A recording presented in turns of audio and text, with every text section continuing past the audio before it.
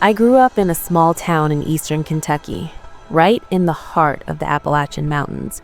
My family lived in a cabin about 2 miles up a dirt road from the nearest neighbor. People always asked if I got scared living so far out in the woods. I never was. Not until that night in October when I was 17. It was a Friday evening, and I'd been at my friend Mike's house watching movies. Around 11 o'clock, I started walking home. The path through the woods was one I'd taken hundreds of times. I knew every tree, every turn, every sound the forest made at night. But that night felt different. About halfway home, I heard footsteps behind me. Not animal footsteps. These sounded like boots on the trail. Heavy, slow, steady. I stopped walking. The footsteps stopped too. I turned around. Nothing.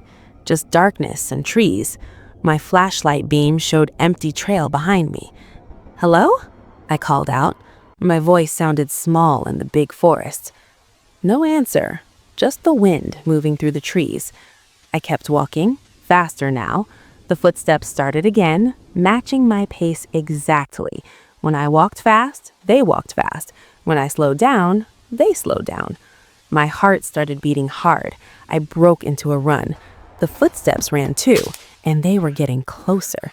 I could hear breathing now, loud, raspy breathing like someone or something was right behind me. I didn't dare look back. I just ran as fast as I could toward home. Then I heard a voice, low and rough like gravel scraping together.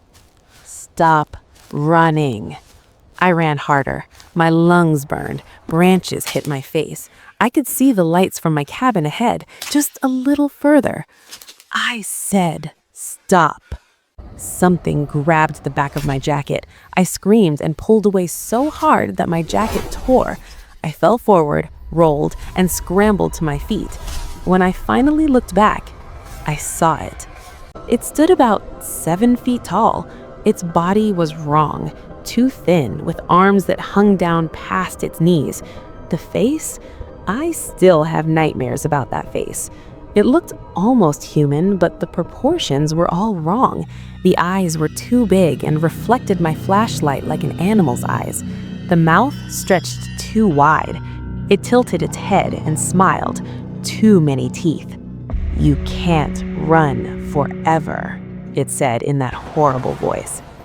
I don't remember running the last 100 yards to my house. I just remember bursting through the door and slamming it behind me.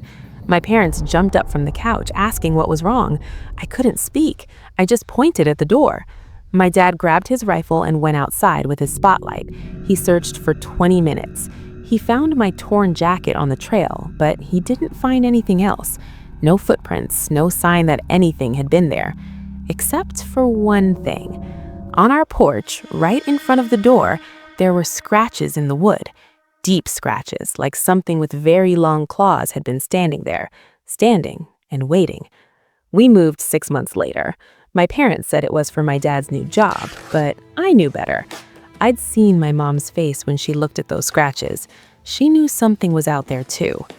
Here's the thing that still scares me. Before we moved, I would sometimes wake up in the middle of the night and hear that breathing outside my window. And once I looked out and saw it standing at the edge of the trees, just watching, waiting. My dad asked the old-timers in town about it later. Most wouldn't talk, but one old man who'd lived in those mountains his whole life told us we were lucky. He said, "That's a not deer. That's what we call them. They look almost like deer from far away, but when you get close, you see they're not. There's something else, something wrong. Usually they just watch, but sometimes they follow people, and the ones they follow," he shook his head. "Let's just say you did right to move. I'm 32 now. I live in the city, far from those mountains, but sometimes late at night, I still hear that voice in my head. You can't run forever. And I wonder if it's still looking for me." My girlfriend Sarah and I decided to go camping in the Smoky Mountains last May.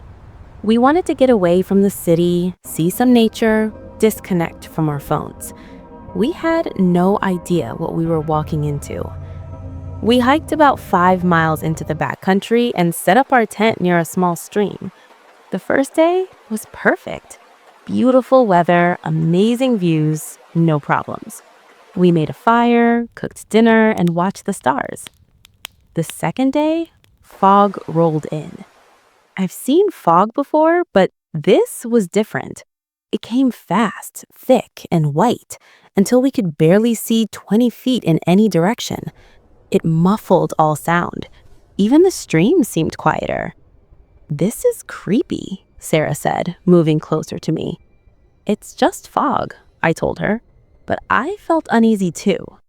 We decided to take a short walk along the stream despite the fog. We stayed close together and marked our path carefully so we could find our way back to the tent. That's when we saw the cabin. It appeared suddenly out of the fog, maybe 50 yards from the stream. It was old, really old, with weathered wood and a sagging roof. The windows were dark. There was no path leading to it, no sign that anyone had been there in years. "Should we check it out?" Sarah asked. Something told me no. Something told me to turn around and walk away. But curiosity won. We approached the cabin slowly. The front door hung slightly open. I pushed it with my foot and it creaked inward. The inside was surprisingly clean. There was a table with 2 chairs, a wood stove, and a bed in the corner. Everything looked old but well preserved, like time had stopped inside this place. On the table, there was a journal.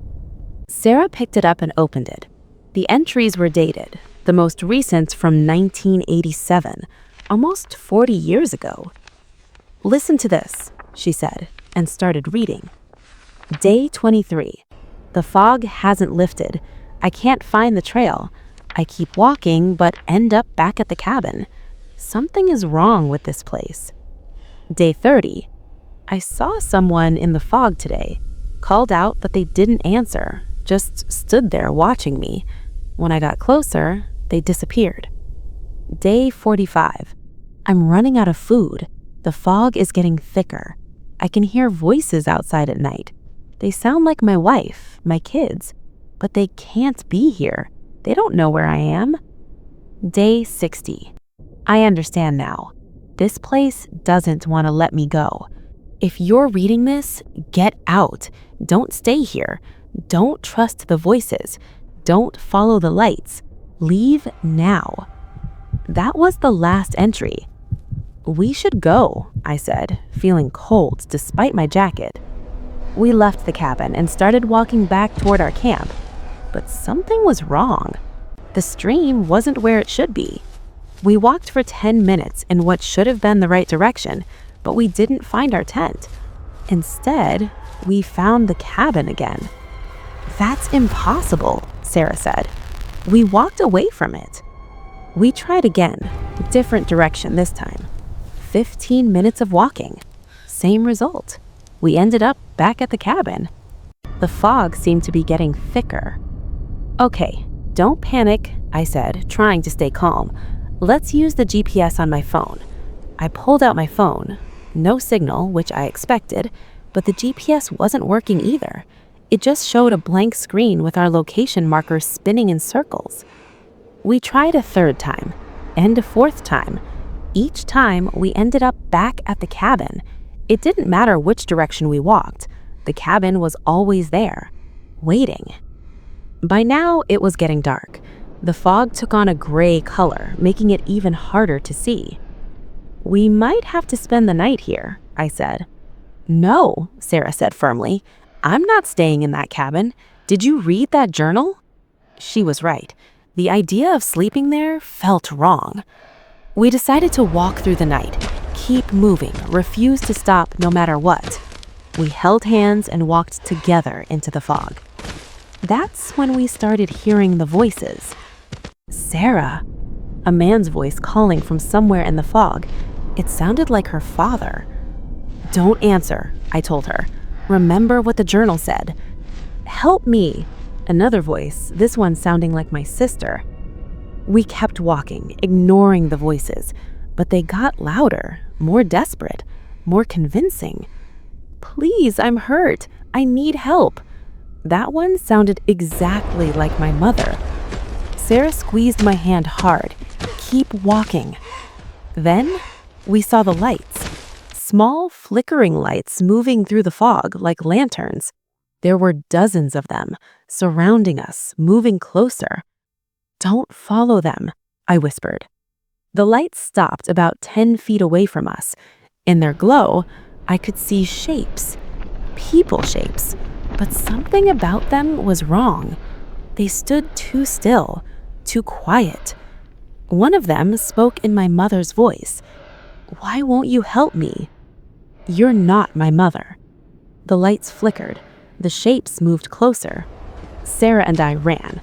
We crashed through the fog, tripping over roots and rocks, not caring about direction anymore. Just away from the lights and voices in that horrible cabin. I don't know how long we ran. It felt like hours.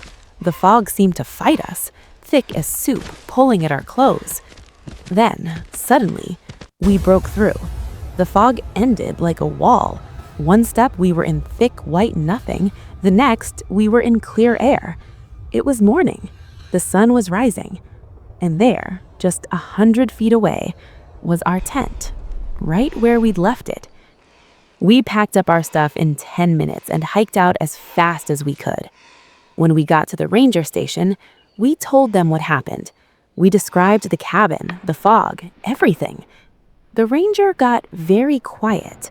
Then he pulled out a map. "Was it here?" he asked, pointing to a spot near where we'd been camping.